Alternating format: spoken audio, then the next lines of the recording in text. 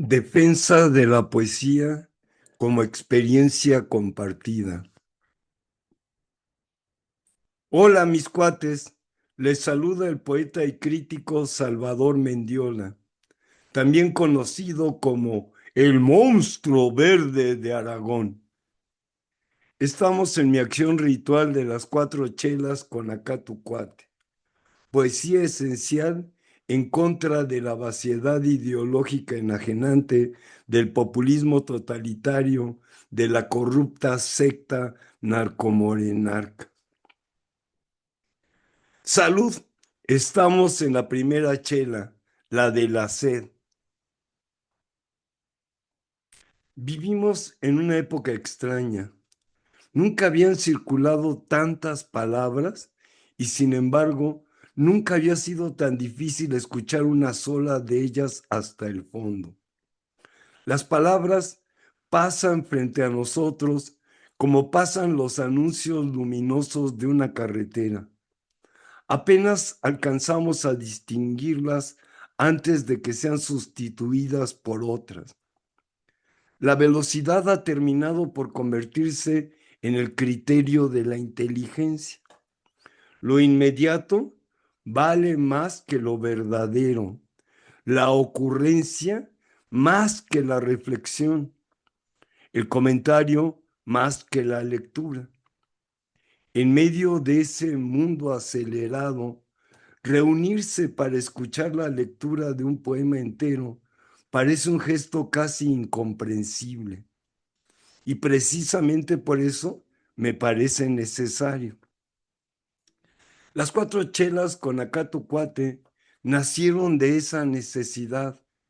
No son un espectáculo, no son una conferencia, tampoco son un club de lectura en el sentido habitual de la expresión, mucho menos son un interminable maratón de pueriles poetas avisalistas leyendo sus versos afásicos.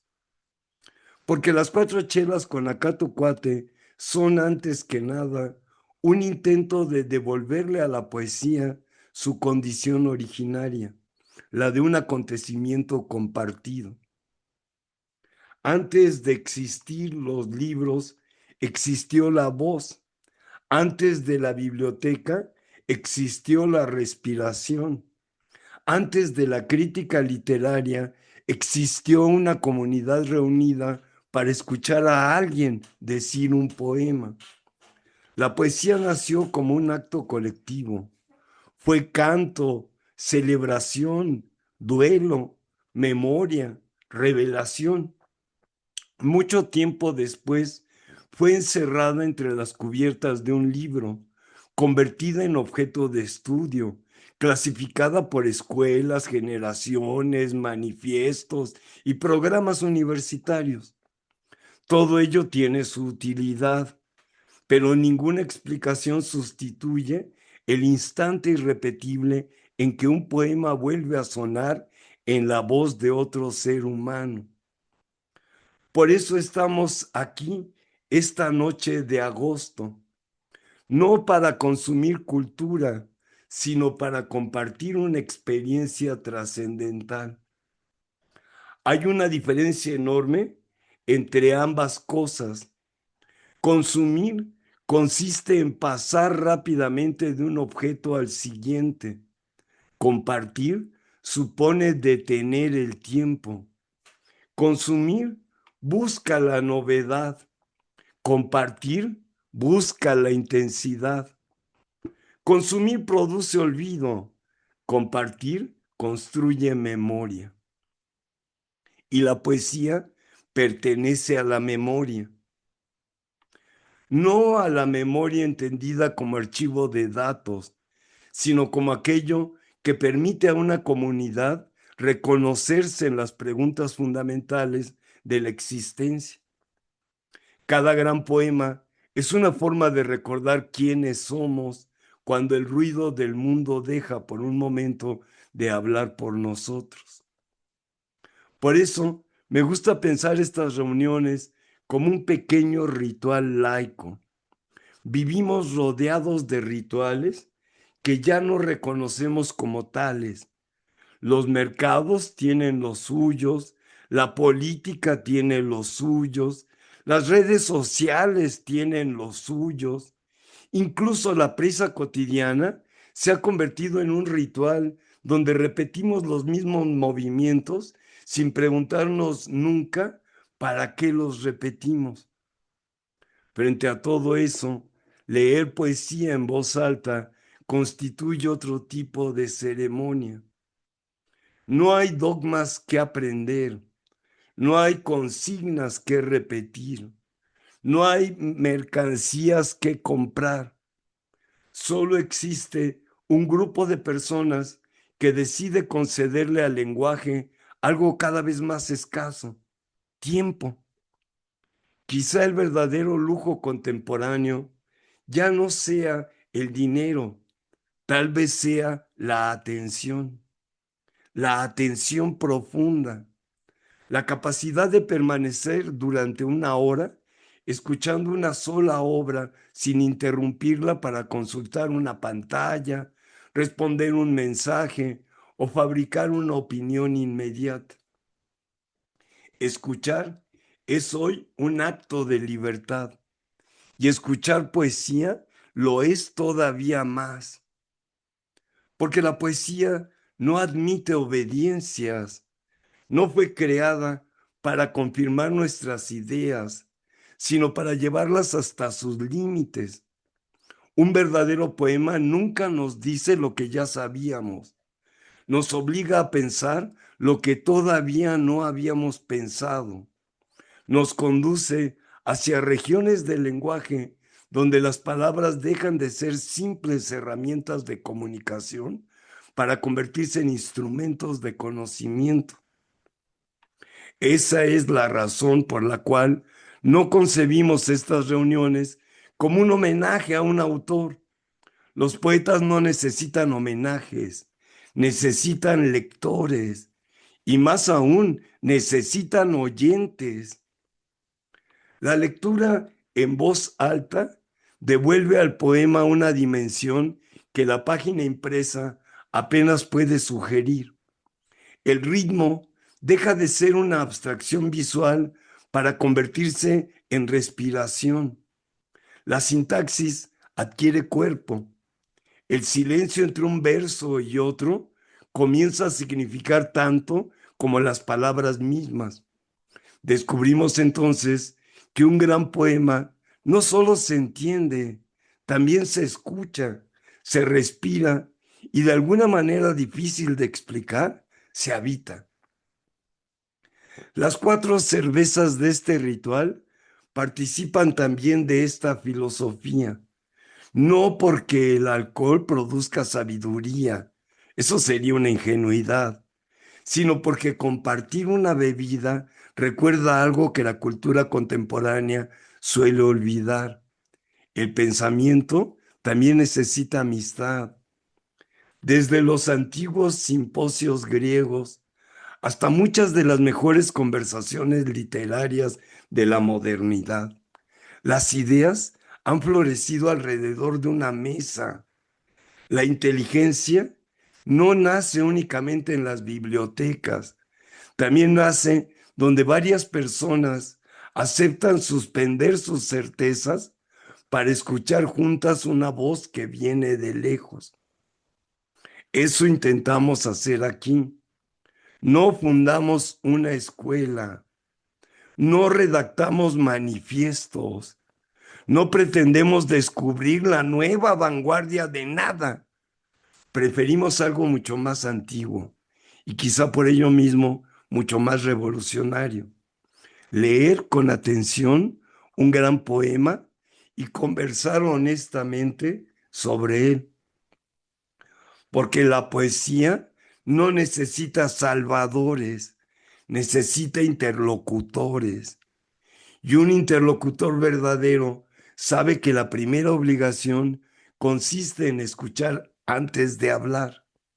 Con ese espíritu, quisiera darles a ustedes la bienvenida a esta nueva sesión de las 4 chelas con Acato Cuate.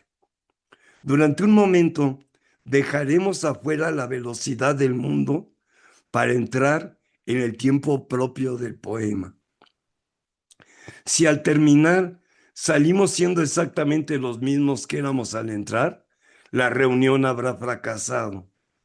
Pero si una sola imagen, un solo verso o una sola pregunta permanece trabajando silenciosamente en nosotros durante los próximos días, entonces habrá ocurrido aquello para lo cual existe la poesía desde hace miles de años: abrir un espacio de libertad en el interior de la conciencia humana.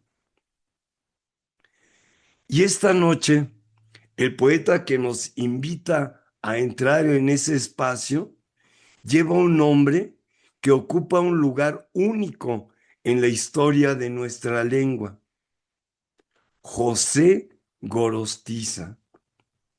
Su muerte sin fin no viene a ofrecernos respuestas, sino a hacernos dignos de algunas de las preguntas más profundas que un ser humano puede formular.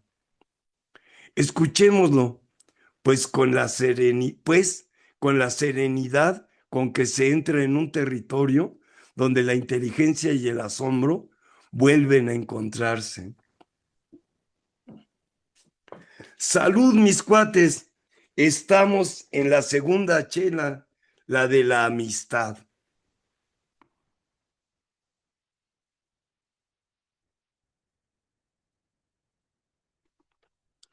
Hablar de muerte sin fin exige una primera renuncia, la de creer que vamos a explicar un poema que desde hace casi un siglo sigue resistiéndose a toda explicación definitiva. Los grandes poemas no son acertijos que esperan una solución, son acontecimientos del lenguaje que cada generación vuelve a habitar desde preguntas distintas. El poema de José Gorostiza pertenece a esa rara estirpe de obras que no envejecen porque nunca terminan de decir lo que tienen que decir. Publicado en 1939, Muerte sin fin ocupa un lugar excepcional en la poesía escrita en español durante el siglo XX. No porque sea un poema difícil, aunque lo es, sino porque lleva hasta sus últimas consecuencias una interrogación que atraviesa toda la tradición occidental. ¿Qué significa existir? ¿Qué relación guardan la materia y la conciencia? ¿Qué es la vida cuando se contempla desde el horizonte inevitable de la muerte? ¿Qué puede hacer el lenguaje frente al vacío? No es casual que este poema aparezca en un momento decisivo de la historia. Europa se encontraba al borde de la Segunda Guerra Mundial. Las grandes promesas del progreso comenzaban a resquebrajarse. La confianza en la razón heredada del siglo XIX mostraba ya sus límites. Sin embargo, Gorostiza no escribió un poema político en el sentido inmediato de la palabra. Su respuesta fue mucho más radical: regresar a las preguntas fundamentales que hacen posible cualquier civilización. En ese sentido, Muerte sin fin no pertenece únicamente a la literatura mexicana, pertenece a la historia del pensamiento. Dialoga con los presocráticos, con Platón, con la tradición bíblica, con los místicos españoles, con el barroco de Sor Juana, con Góngora, con Quevedo, con Mallarmé y con Valéry. También conversa, aunque de manera silenciosa, con las inquietudes filosóficas de la primera mitad del siglo XX. Todo ello sin dejar de ser un poema profundamente original. José Gorostiza escribió poco, muy poco, si se compara con otros grandes autores, pero esa escasez forma parte de su grandeza. Nunca confundió la abundancia con la creación. Cada uno de sus textos parece haber sido sometido a un largo proceso de decantación. Muerte sin fin representa el punto extremo de esa exigencia. No es un poema improvisado ni un ejercicio de virtuosismo verbal. Es el resultado de una inteligencia poética que llevó el idioma hasta un grado de precisión pocas veces alcanzado. Se ha dicho muchas veces que es un poema hermético. Conviene matizar esa afirmación. El hermetismo no consiste en esconder un significado que unos cuantos iniciados conocen. El verdadero hermetismo aparece cuando el lenguaje intenta decir aquello que todavía no posee un nombre definitivo. En ese momento, las palabras dejan de funcionar como simples instrumentos de comunicación y comienzan a explorar los límites mismos del pensamiento. Por eso, la dificultad de Muerte sin fin no debe intimidarnos, tampoco debe empujarnos a buscar explicaciones apresuradas. Hay poemas que primero deben escucharse antes que entenderse. La música de sus versos abre caminos que la inteligencia recorrerá después con mayor serenidad. Gorostiza perteneció al grupo de los contemporáneos, una de las generaciones más decisivas de la literatura mexicana. Durante mucho tiempo se les acusó de practicar una poesía ajena a la realidad nacional, demasiado preocupada por la forma y por las tradiciones europeas. Hoy resulta evidente que aquellas críticas confundían el compromiso con el localismo. Los contemporáneos comprendieron que la poesía mexicana solo alcanzaría una voz universal si era capaz de dialogar con las grandes tradiciones de la cultura sin renunciar a su propia experiencia histórica. Muerte sin fin demuestra precisamente eso. Es un poema escrito en México, pero no encerrado en México. Su territorio es el ser humano. El poema se mueve constantemente entre dos polos, la forma y la materia. El agua y el vaso constituyen una de sus imágenes centrales. Ninguna de las dos realidades existe plenamente sin la otra. La forma contiene, pero también limita. La materia necesita la forma para aparecer, aunque esa misma forma anuncie ya su futura destrucción. Todo cuanto vive parece condenado a esa tensión permanente entre el orden y la disolución. No estamos, sin embargo, ante una filosofía del pesimismo. El título podría inducir a pensarlo, pero Muerte sin fin no celebra la muerte ni se resigna ante ella. Lo que hace es mostrar que la muerte forma parte del movimiento mismo de la existencia. No aparece únicamente al final de la vida. Habita cada transformación, cada cambio, cada nacimiento y cada desaparición. Quizá por eso el poema conserva hoy una vigencia extraordinaria. Vivimos en una época acelerada, saturada de información, donde la lectura lenta parece convertirse en un lujo. Frente a esa velocidad, Muerte sin fin exige exactamente lo contrario: atención, paciencia, silencio. Nos obliga a recuperar una relación más profunda con el lenguaje. Leer este poema en voz alta tiene además un sentido particular. Antes de ser literatura impresa, la poesía fue respiración compartida. El verso nació para ser pronunciado. La voz revela ritmos, pausas, resonancias y correspondencias que la lectura silenciosa a veces deja escapar. En un texto como este, donde cada palabra parece haber sido colocada con una precisión casi musical, la oralidad permite descubrir una arquitectura que el ojo por sí solo no siempre percibe. No hace falta comprender inmediatamente cada imagen para dejarse afectar por el poema. La gran poesía no actúa únicamente sobre la inteligencia, actúa también sobre la sensibilidad, sobre la memoria y sobre esa región más profunda donde las preguntas preceden todavía a las respuestas. Tal vez convenga escuchar Muerte sin fin con la misma disposición con que se escucha una gran composición musical. Nadie exige entender una sinfonía nota por nota para experimentar su fuerza. Algo semejante ocurre aquí.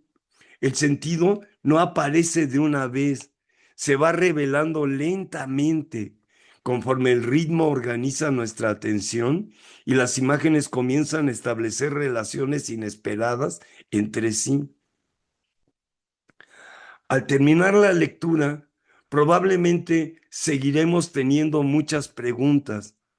Eso no significará que el poema haya fracasado. Significará exactamente lo contrario.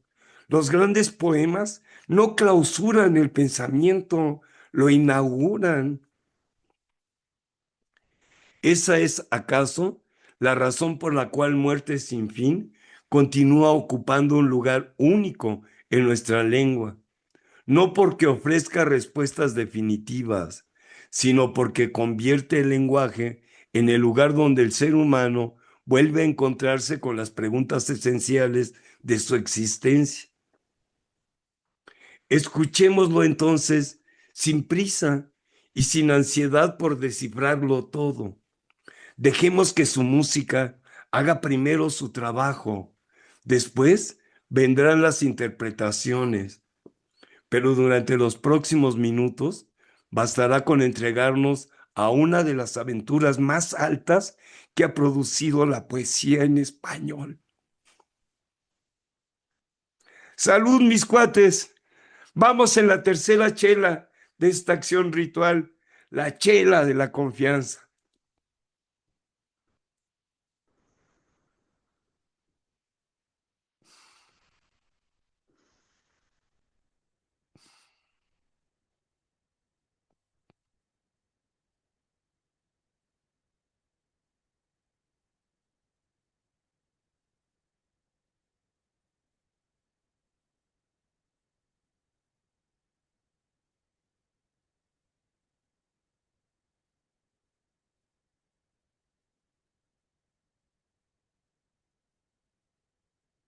Muerte sin fin.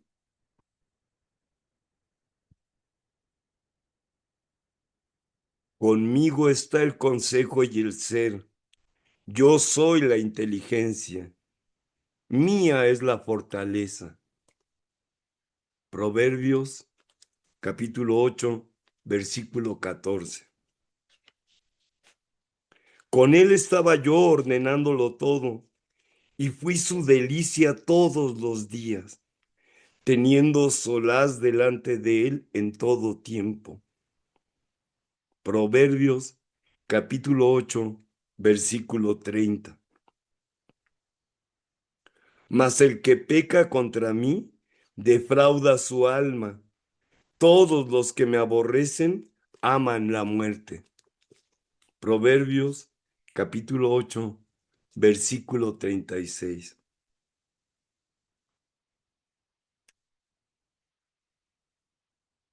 Lleno de mí, sitiado en mi epidermis, por un Dios inacible que me ahoga, mentido acaso por su radiante atmósfera de luces que oculta mi conciencia derramada, mis alas rotas en esquirlas de aire, mi torpe andar a tientas por el lodo.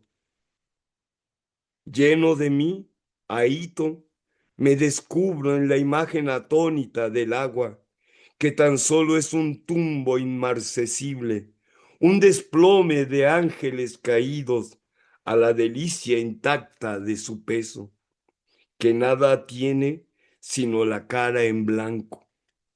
hundida a medias ya, como una risa agónica en las tenues holandas de la nube y en los funestos cánticos del mar, más resabio de sal o albor de cúmulo que sola prisa de acosada espuma. No obstante, oh paradoja, constreñida por el rigor del vaso que la aclara, el agua toma forma. En él se asienta, ahonda y edifica, cumple una edad amarga de silencios y un reposo gentil de muerte niña, sonriente, que desflora un más allá de pájaros en desbandada. En la red de cristal que la estrangula, allí, como en el agua de un espejo, se reconoce atada allí, gota con gota, marchito el tropo de espuma en la garganta. ¡Qué desnudez de agua tan intensa!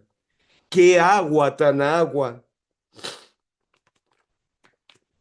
Está en su orbe tornasol soñando, cantando ya una sed de hielo justo. Más que vaso también, más providente, este que así se hinche como una estrella en grano, que así en heroica promisión se enciende, como un seno habitado por la dicha, y rinde así puntual una rotunda flor de transparencia al agua, un ojo proyectil que cobra alturas y una ventana a gritos luminosos sobre esa libertad enardecida que se agobia de cándidas prisiones.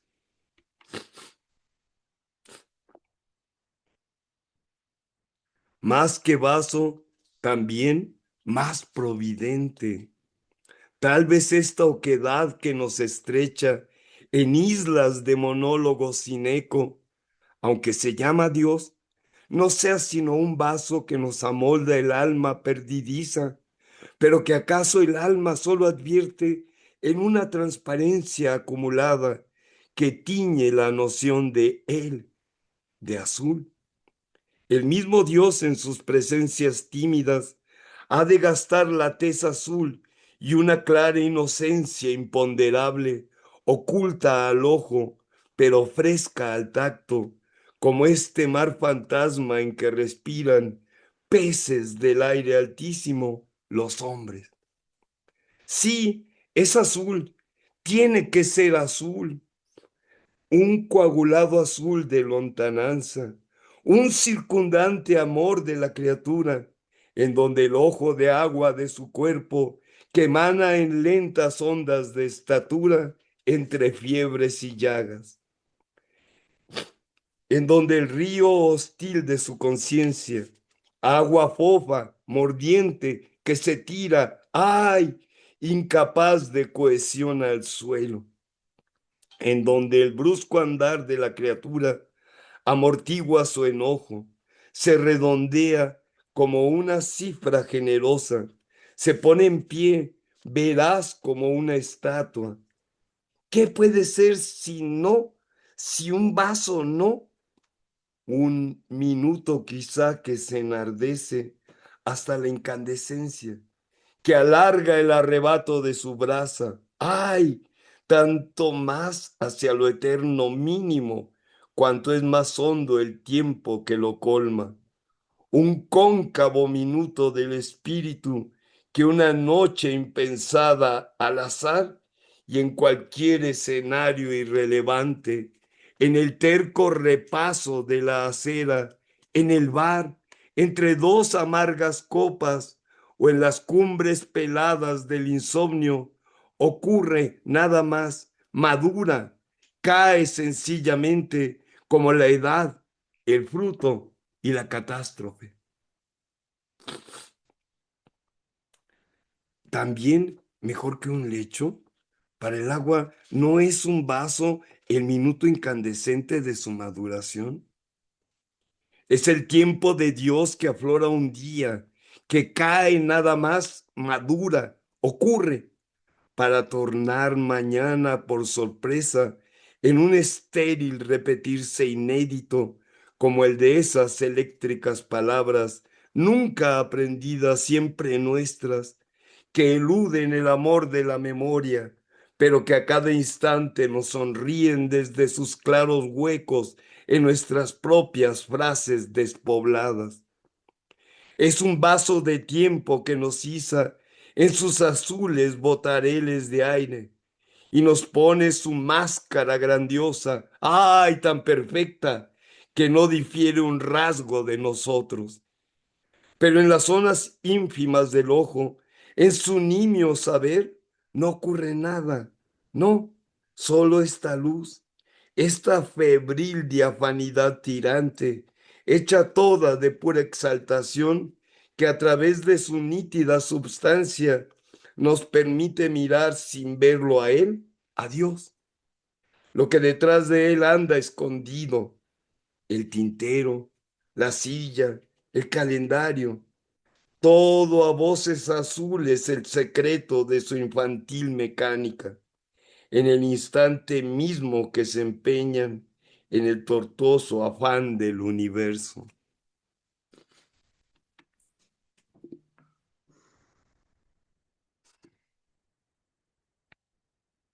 Pero en las zonas ínfimas del ojo no ocurre nada, ¿no?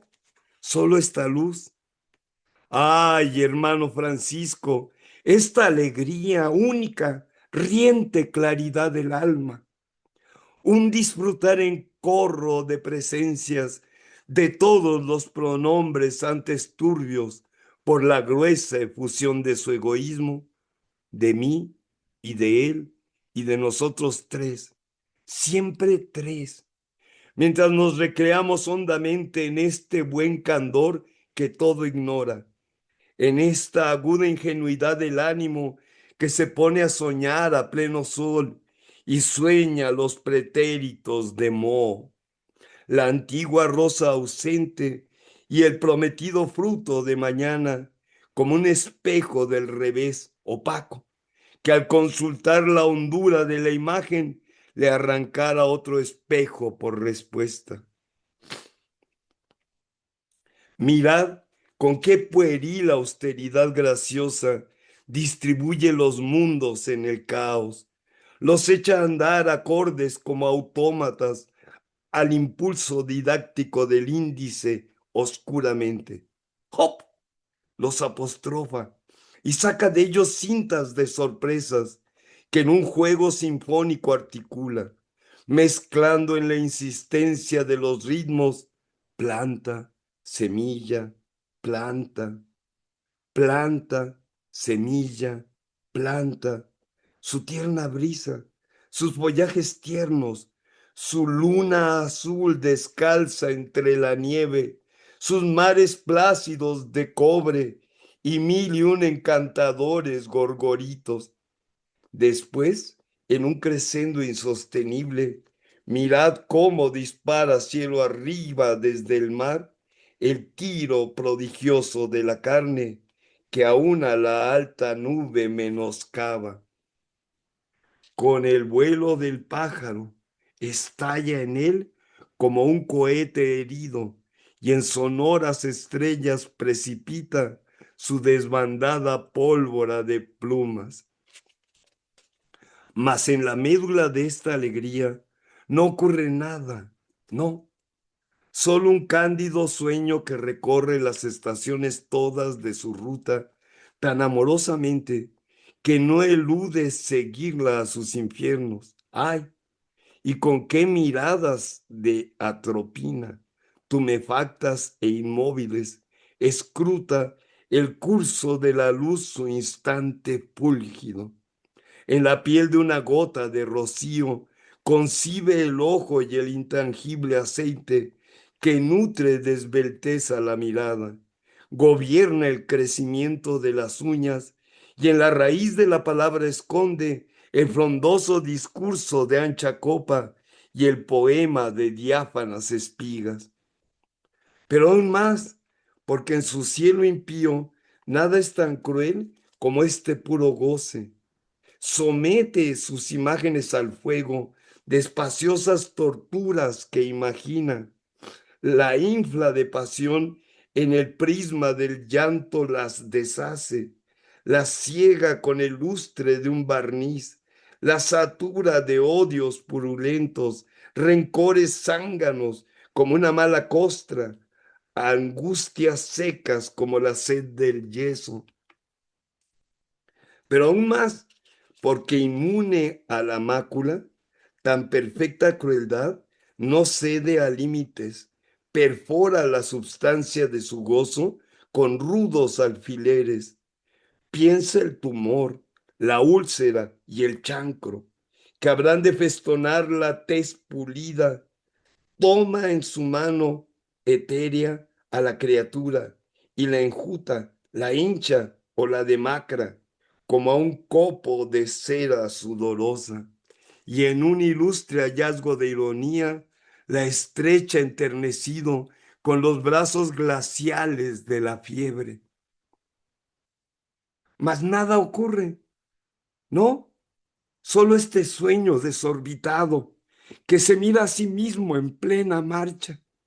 Presume, pues, su término inminente y adereza en el acto el plan de su fatiga, su justa vacación, su domingo de gracia allá en el campo, al fresco, al borde las camisas flojas. Qué trebolar buñido, qué parasol de niebla se regala en el ánimo para gustar la miel de sus vigilias. Pero el ritmo es su norma, el solo paso, la sola marcha en círculo sin ojos.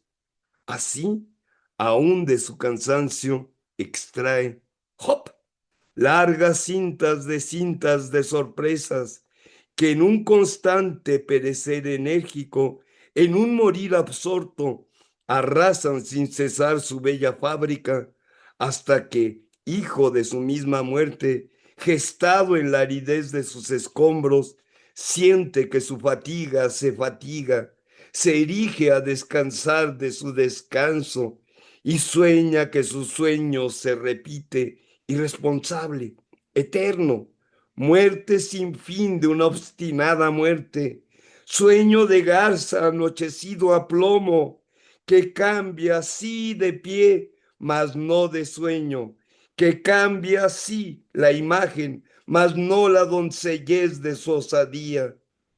Oh inteligencia, soledad en llamas, que lo consume todo hasta el silencio. Sí, como una semilla enamorada que pudiera soñarse germinando, probar en el rencor de la molécula el salto de las ramas que aprisiona y el gusto de su fruta prohibida. ¡Ay! Sin hollar semilla casta sus propios impasibles tegumentos.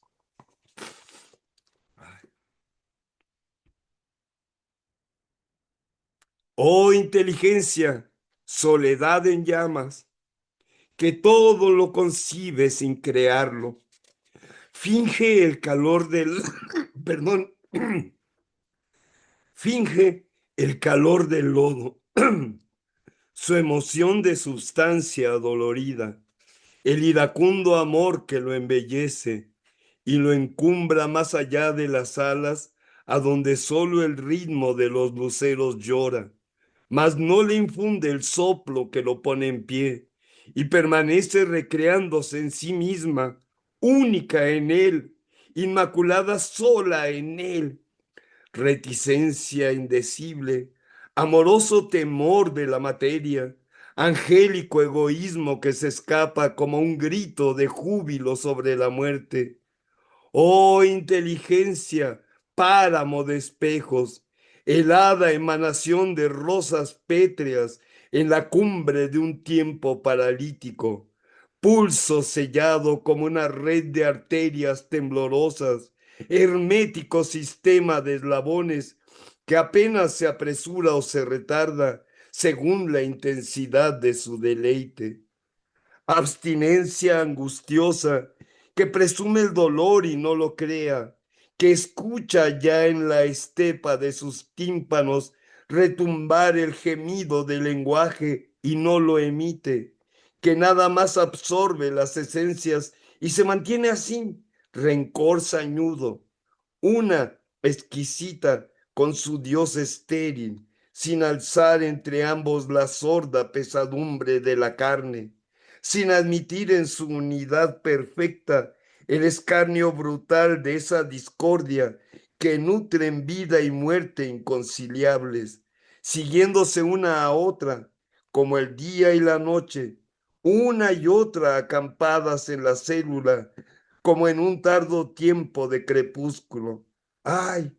Una nada más, estéril, agria, con él, conmigo, con nosotros tres, como el vaso y el agua, solo una que reconcentra su silencio blanco en la orilla letal de la palabra y en la inminencia misma de la sangre. Aleluya, aleluya.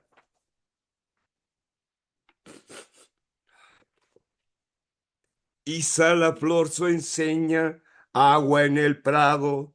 Oh, qué mercadería de olor alado.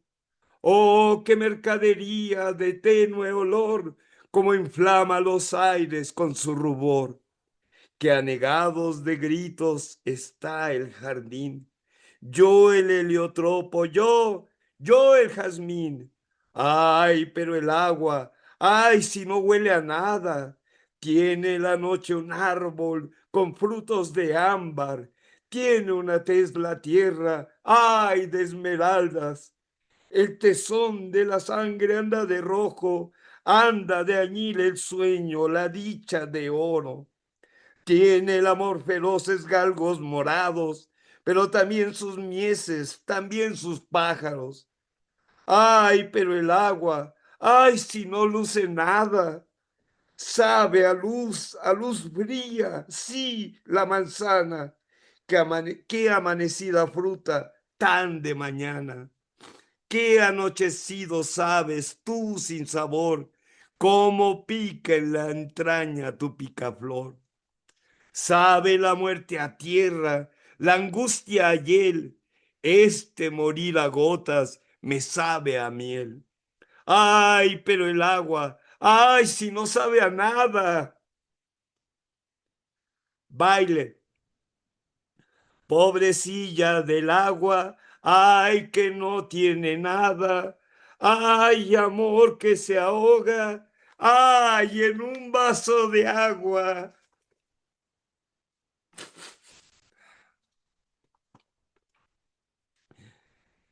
En el rigor del vaso que la aclara, el agua toma forma, ciertamente. Trae una sed de siglos en los belfos, una sed fría en punta que hará cauces en el sueño moroso de la tierra, que perfora sus miembros florecidos como una sangre cáustica, incendiándolos, ay, abriendo en ellos desapacibles úlceras de insomnio. Más amor que sed, más que amor, idolatría, dispersión de criatura estupefacta ante el fulgor que blande, germen del trueno olímpico, la forma en sus netos contornos fascinados.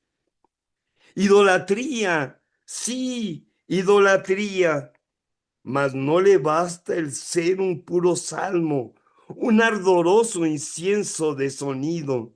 Quiere además oírse.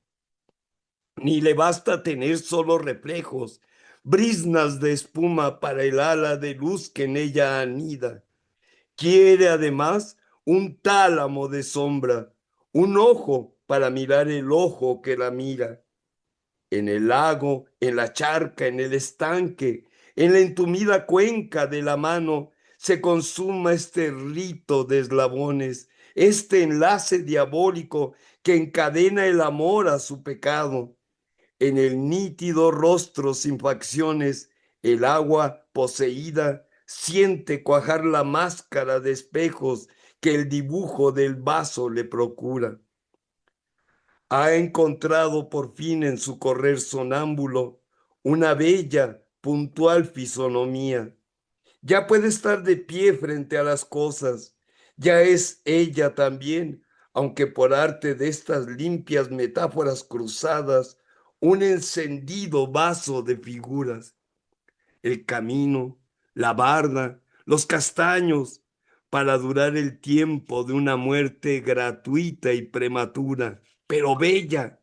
Ingresan por su impulso en el suplicio de la imagen propia y en medio del jardín bajo las nubes, descarnada lección de poesía, instalan un infierno alucinante.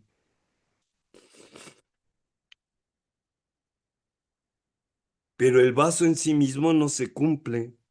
Imagen de una deserción nefasta, ¿qué esconde en su rigor inhabitado, sino esta triste claridad a ciegas, sino esta tentaleante lucidez? Tenedlo ahí sobre la mesa, inútil, epigrama de espuma que se espiga ante un auditorio anestesiado, incisivo clamor que la sordera tenaz de los objetos amordaza, flor mineral que se abre para adentro, hacia su propia luz, espejo ególatra que se absorbe a sí mismo contemplándose. Hay algo en él, no obstante, acaso un alma, el instinto augural de las arenas, una llaga tal vez que debe al fuego en donde le atosiga su vacío. Desde este erial aspira a ser colmado en el agua, en el vino, en el aceite. Articula el guión de su deseo, se ablanda, se adelgaza, ya su sobrio dibujo se le nubla, ya embosado en el giro de un reflejo, en un llanto de luces se liquida. Mas la forma en sí misma no se cumple. Desde su insigne trono faraónico, magnánima, deífica, constelada de epítetos esdrújulos, rige con osca mano de diamante. Es, está orgullosa de su orondo imperio. En las augustas pituitarias de ónice no juega, ¿acaso el encendido aroma con que arde a sus pies la poesía? Ilusión nada más, gentil narcótico que puebla de fantasmas los sentidos. Pues desde ahí donde el dolor emite, oh turbio sol de podre, el esmerado brillo que lo embosca, ay, desde ahí presume la materia que apenas cuaja su dibujo estricto y ya es un jardín de huellas fósiles, estruendoso fanal, rojo timbre de alarma en los cruceros que gobierna la ruta hacia otras formas. La rosa edad que esmalta su epidermis, senil recién nacida, envejece por dentro a grandes siglos. Trajo puesta la proa a lo amarillo. El aire se coagula entre sus poros como un sudor profuso que se anticipa a destilar en ellos una esencia de rosas subterráneas. Los crudos garfios de su muerte suben como musgo por grietas inasibles. ¡Ay! La hostigan con tenues mordeduras y abren hueco por fin a aquel minuto. Miradlo en la lenteja del reloj, neto, puntual, exacto. Correrse un eslabón cada minuto, cuando al soplo infantil de un parpadeo la egregia masa de ademán ilustre podrá caer de golpe hecha cenizas. No obstante, ¿por qué no?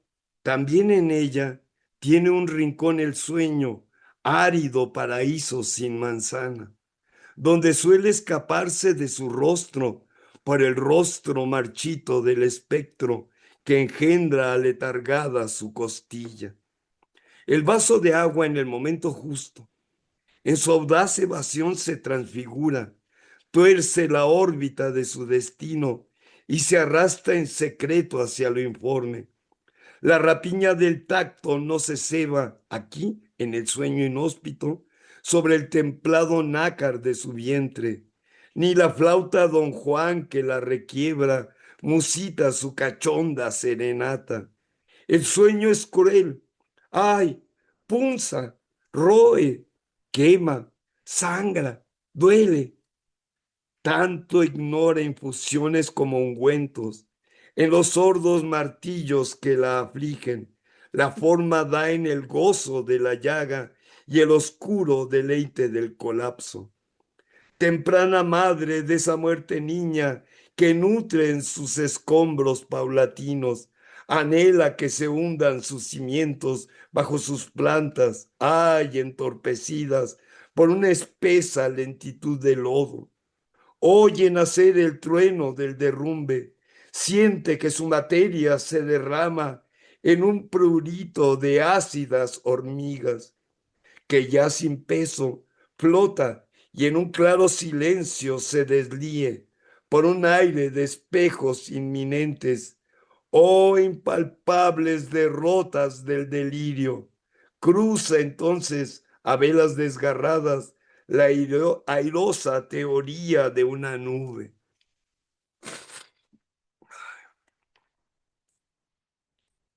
En la red de cristal que la estrangula, el agua toma forma.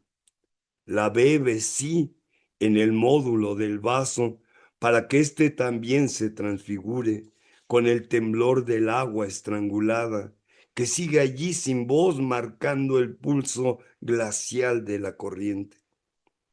Pero el vaso, a su vez, cede a la informe condición del agua, a fin de que a su vez la forma misma, la forma en sí que está en el duro vaso sosteniendo el rencor de su dureza y está en el agua de aguijada espuma como presagio cierto de reposo, se pueda sustraer al vaso de agua un instante, no más, no más que el mínimo perpetuo instante del quebranto cuando la forma en sí, la pura forma, se abandona al designio de su muerte y se deja arrastrar nubes arriba por ese atormentado remolino en que los seres todos se repliegan hacia el sopor primero, a construir el escenario de la nada.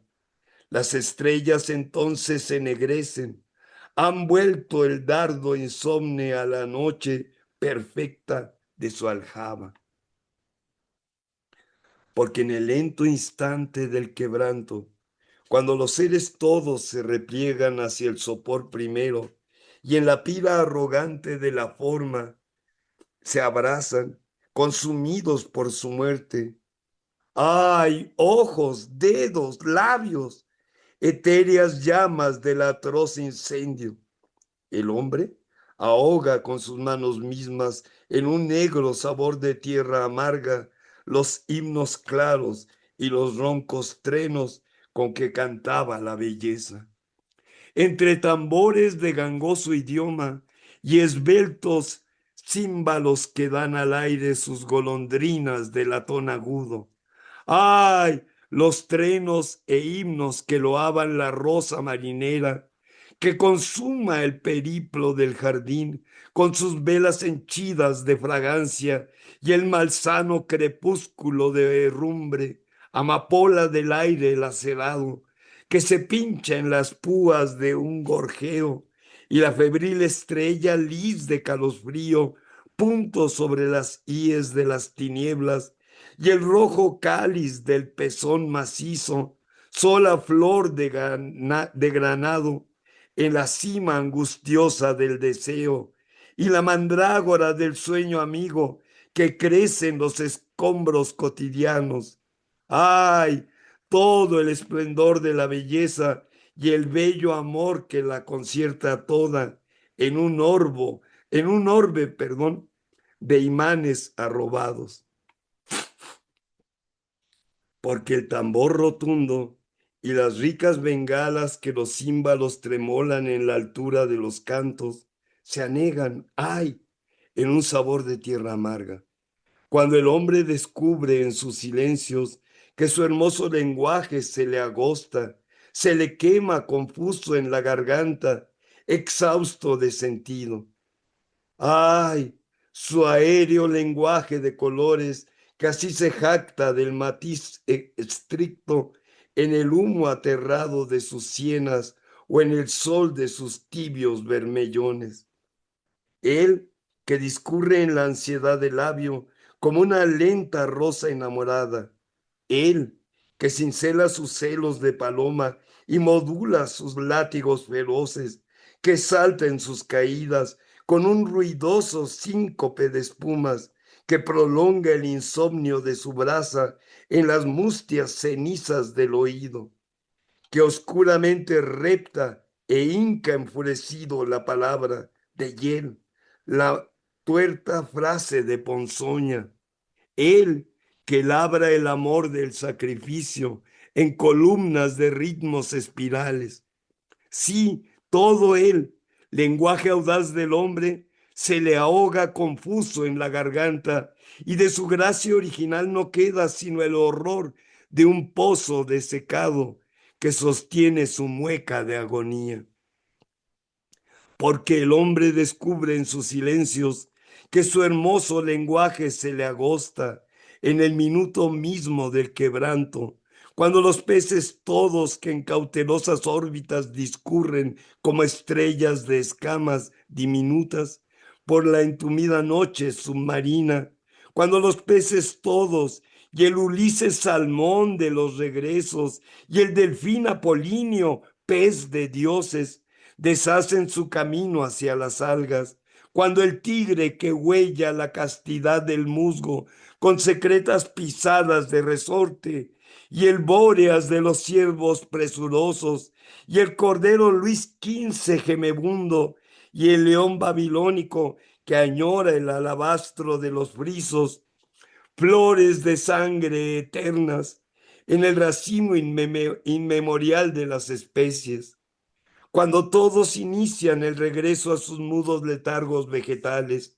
cuando la aguda alondra se deslía en el agua del alba, mientras las aves todas y el solitario búho que medita con su antifaz de fósforo en la sombra, la golondrina de escritura hebrea y el pequeño gorrión hambre en la nieve, mientras todas las aves se disipan en la noche enroscada del reptil, cuando todo por fin lo que anda o repta y todo lo que vuela o nada, todo se encoge en un crujir de mariposas, regresa a sus orígenes y el origen fatal de sus orígenes, hasta que su eco mismo se reinstala en el primer silencio tenebroso, porque los bellos seres que transitan por el sopor añoso de la tierra, trasgos de sangre libres, en la pantalla de su sueño impuro, todos se dan a un frenesí de muerte. ¡Ay! Cuando el sauce acumula su llanto para urdir la sustancia de un delirio en que tú, yo, nosotros, de repente, a fuerza de atar nombres destemplados, ¡ay! No le queda sino el tronco prieto, desnudo de oración ante su estrella, cuando con él, desnudos, se sonrojan el álamo temblón de encanecida barba y el eucalipto rumoroso, témpano del follaje, y tornillos sin fin de la estatura, que se pierden las nubes persiguiéndose, y también el cerezo y el durazno en su loca efusión de adolescentes, y la angustia espantosa de la ceiba, y todo cuanto nace de raíces, desde el heroico roble hasta la impúbera menta de boca helada, cuando las plantas de sumisas plantas retiran el ramaje presuntuoso, se esconden en sus ásperas raíces y en la acerba raíz de sus raíces, y presas de un absurdo crecimiento se desarrollan hacia la semilla hasta quedar inmóviles. Oh cementerios de talladas rosas en los duros jardines de la piedra, porque desde el anciano roble heroico hasta la impúbera menta de boca helada. Ay, todo cuanto nace de raíces establece sus tallos paralíticos en los duros jardines de la piedra. Cuando el rubí de angélicos melindres y el diamante iracundo que fulmina la luz con un reflejo, mas el ario zafir de ojos azules y la geórgica esmeralda que se anega en el abril de su robusta clorofila, una a una, las piedras delirantes con sus lindas hermanas cenicientas, turquesa, lapislázuli, alabastro, pero también el oro prisionero y la plata de lengua fidedigna, ingenuo ruiseñor de los metales que se ahoga en el agua de su canto, cuando las piedras finas y los metales exquisitos todos regresan a sus nidos subterráneos por las rutas candentes de la llama. ¡Ay, ciegos de su lustre! ¡Ay, ciegos de su ojo! Que el ojo mismo, como un siniestro pájaro de humo, en su aterida combustión se arranca. Porque raro metal o piedra rara, así como la roca escueta, lisa, que figura castillos con solo naipes de aridez y escarcha, y así la arena de arrugados pechos y el humus maternal de entraña tibia. Ay, todo se consume con un mohíno crepitar de gozo, cuando la forma en sí, la forma pura, se entrega a la delicia de su muerte y en su sed de agotarla a grandes luces, apura en una llama el aceite ritual de los sentidos, que sin labios, sin dedos, sin retinas, sí, paso a paso, muerte a muerte, locos, se acogen a sus tímidas matrices, mientras unos a otros se devoran al animal, a la planta, la piedra, a la piedra, el fuego, al fuego, el mar, al mar, la nube, a la nube, el sol, hasta que todo este fecundo río de enamorado semen que conjuga inaccesible al tedio, el suntuoso caudal de su apetito no desemboca en sus entrañas mismas, en el acre silencio de sus fuentes, entre un fulgor de soles emboscados, en donde nada es ni nada está, donde el sueño no duele, donde nada ni nadie nunca está muriendo, y solo ya sobre las grandes aguas flota el Espíritu de Dios que gime con un llanto más llanto aún que el llanto, como si herido, ay, él también, por un cabello, por el ojo en almendra de esa muerte que emana de su boca, hubiese al fin ahogado su palabra sangrienta. Aleluya, aleluya. Tan, tan, ¿quién es? Es el diablo. Es una espesa fatiga, una ansia de trasponer estas lindes enemigas, este morir incesante, tenaz, esta muerte viva. Oh Dios, que te está matando en tus hechuras estrictas, en las rosas y en las piedras, en las estrellas ariscas y en la carne que se gasta como una hoguera encendida por el canto, por el sueño, por el color de la vista. Tan, tan. ¿Quién es? Es el diablo. Hay una ciega alegría, un hambre de consumir el aire que se respira, la boca, el ojo, la mano, estas pungentes cosquillas de disfrutarnos enteros en solo un golpe de risa. ¡Ay, esta muerte insultante, procaz que nos asesina a distancia desde el gusto que tomamos en morirla por una taza de té, por una apenas caricia? Tan, tan, ¿quién es? Es el diablo. Es una muerte de hormigas incansables que pululan Oh Dios, sobre tus astillas, que acaso te han muerto allá, siglos de edades arriba, sin advertirlo nosotros, migajas, borras, cenizas de ti, que sigues presente como una estrella mentida por su sola luz, por una luz sin estrella vacía, que llega al mundo escondiendo su catástrofe infinita. Baile. Desde mis ojos insomnes, mi muerte me está acechando, me acecha y me enamora con su ojo lánguido. Anda, putilla del rubor helado, anda, vámonos al diablo.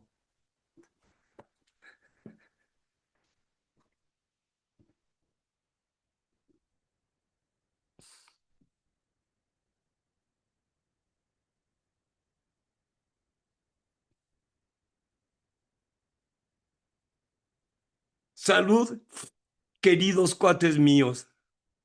Vamos ya en la cuarta chela, la chela del diablo. Quiero terminar esta sesión sin ofrecer una interpretación definitiva de Muerte sin fin. Sería una contradicción con el propio poema. Las grandes obras no necesitan que alguien las clausure con una explicación. Necesitan que alguien las mantenga abiertas para que continúen actuando en la conciencia de quienes las han escuchado. Si esta noche alguna imagen de Gorostiza, algún verso o alguna pregunta permanece con ustedes al salir de aquí, entonces el poema habrá cumplido su tarea. La poesía verdadera no termina cuando concluye la lectura. Comienza entonces su trabajo más silencioso, acompañarnos, discutir con nosotros, obligarnos a mirar de otra manera aquello que creíamos conocer. Ese ha sido también el sentido de las cuatro chelas con Acato Cuate. No reunirnos para consumir cultura, sino para recuperar una forma de convivencia que nuestra época parece olvidar. La de pensar juntos, escuchar juntos y concederle al lenguaje el tiempo que merece. En una sociedad donde casi todo se convierte en mercancía o espectáculo, leer un poema completo en voz alta es una manera de recordar que todavía existen experiencias cuyo valor no puede medirse por su utilidad inmediata. Les agradezco profundamente haber aceptado este pequeño pacto de atención. Cada uno de ustedes ha contribuido a que esta lectura dejara de ser un acto individual para convertirse en una experiencia compartida, porque la poesía, aunque nazca de una sola voz, solo alcanza su plenitud cuando encuentra una comunidad dispuesta a escucharla. Ojalá volvamos a encontrarnos alrededor de otro gran poema la próxima semana. Otra conversación y otras cuatro cervezas. No para escapar del mundo, sino para regresar a él con una conciencia un poco más amplia, una mirada un poco más libre y una confianza renovada en el poder de la palabra. Mientras existan personas capaces de reunirse a escuchar un poema sin otra finalidad que comprender un poco mejor la condición humana, la poesía seguirá siendo uno de los lugares más dignos donde nuestra libertad puede hacerse presente. Muchas gracias.